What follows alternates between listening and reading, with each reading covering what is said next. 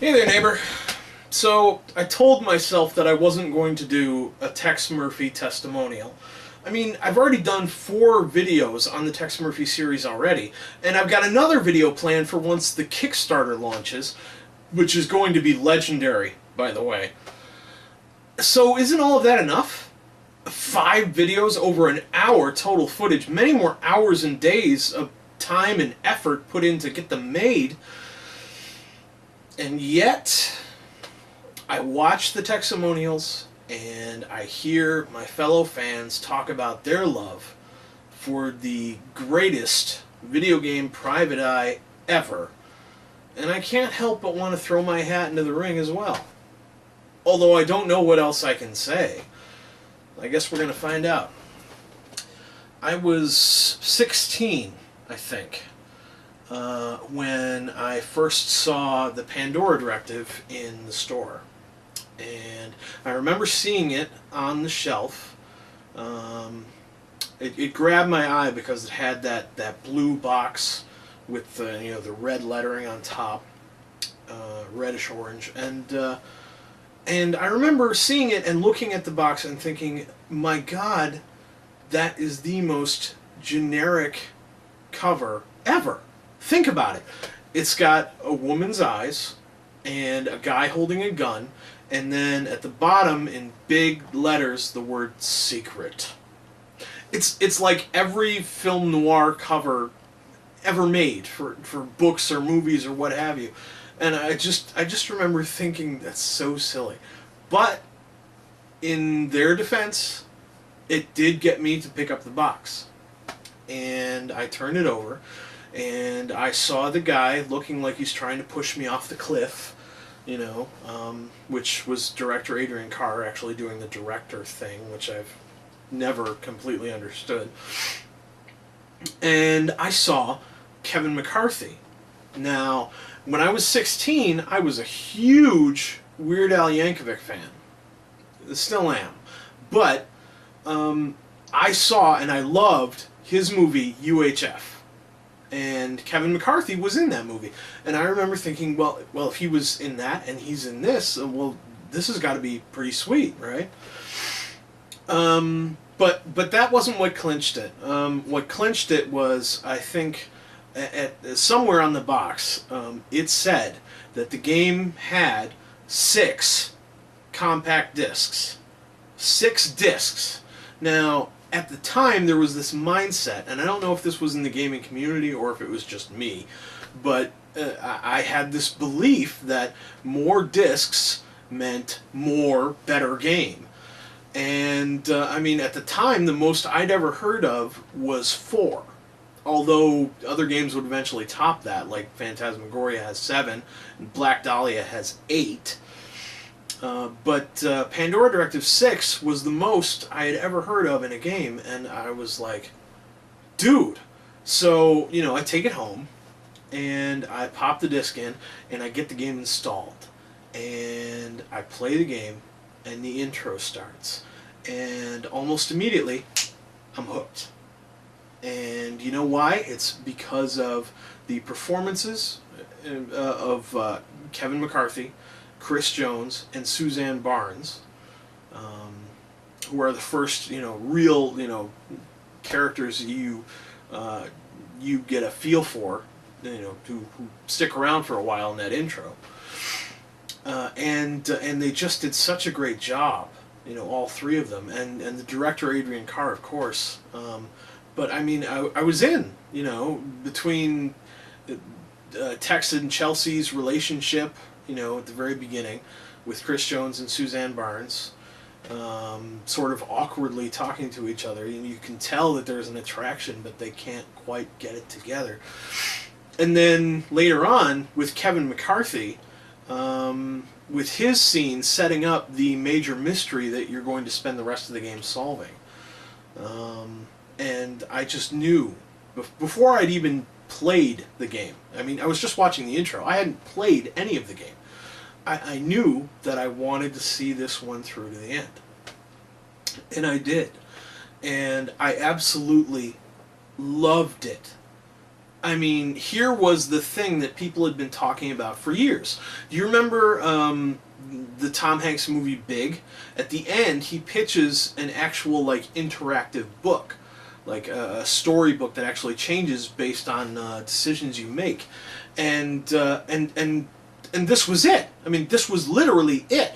I mean, you could, feasibly play through one way and wind up, in the gutter, or you could play through the other way and wind up getting the girl of Tex's dreams and solving the case in the day, and it was so seamless and so wonderfully, I want to say freeing. Like, it gave you the freedom to experience this world and this story however you wanted, and it was different every time you played.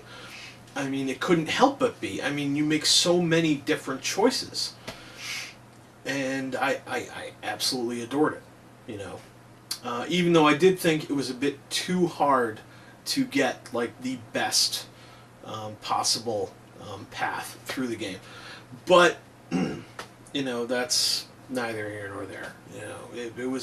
I didn't even really think about it. I'm like, this game is so awesome, I'm just gonna throw that away because it doesn't bother me at all, and it still doesn't, because it's worth it in the end. But anyway, so that was Pandora Directive, and then the next thing was, of course, Tex Murphy Overseer, which of course at the time I couldn't possibly have known that would be the last Tex game. But anyway, so it comes out, and I'm excited. As soon as I see it, I'm like, I gotta get this game. This is the same as the Pandora. I have to have it. So I scraped together what I could. Sold things to get money to sold my old games and so forth. But I had to bring that game home, so I did, and started playing it, and again, instantly hooked. Again, it was just wonderful storytelling. I mean, incredible. And of course, again, you had the option to change conversations and such, but it didn't take long, maybe, I don't know, 20 hours of gameplay. I don't know how long it took me. But it didn't take long for me to realize that this was not the same as the Pandora Directive. It didn't have the multiple branching story paths that I could traverse. I mean, yes, you could still make Tex say whatever you chose. You could pick anything you wanted to have him say, and he would say it, and it was great. But I really missed that, interactive story element. I was too young then. I mean, nowadays, I'm more of the opinion that I'm happy for what I got, as opposed to I wish they had done this, But, at the time, it was kind of a betrayal. It was like, why would you take this massive step backwards? I didn't understand. Of course I do now, so, and, I forgive them, mostly. But, and it wasn't. No, it was probably a few years later that I would end up playing Under a Killing Moon, which I didn't really know existed. Even though it was on the box, but I played that, and I was like, no wonder this came before, because this is a vastly different game. This is like kind of silly, really. And, it was. I mean, it was their first time really, making a game of that caliber on that scale. So, and so they were allowed to have fun with it, of course, and I wasn't going to complain about it, because little did I know that when it came out at the time, it was like the biggest thing ever, and everybody loved it. But I'd never heard of it until then, so... Unfortunately, I literally went in the worst possible order, from Pandora Directive, which was as good as this series was ever going to be, and then Tex Murphy Overseer, which was a step down, and then Under a Killing Moon, which was another step down.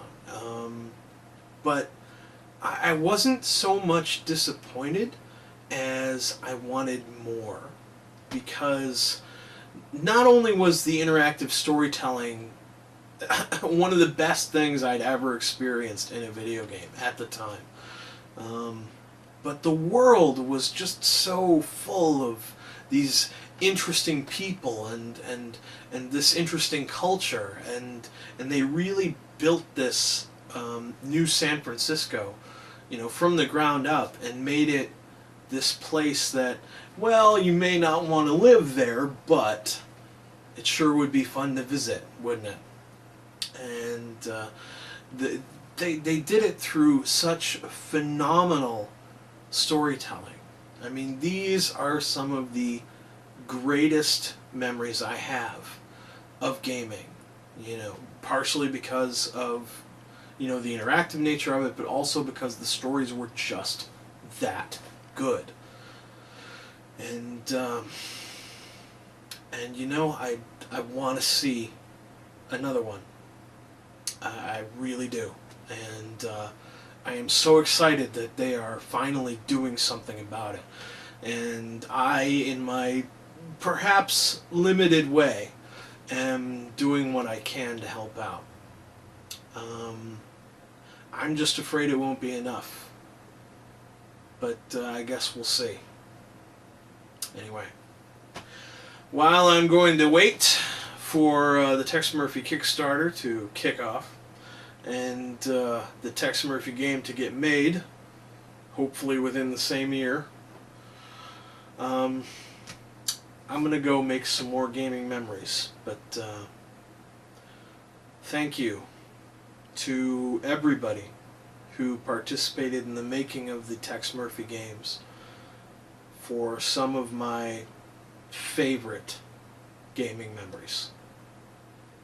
I'll never forget them.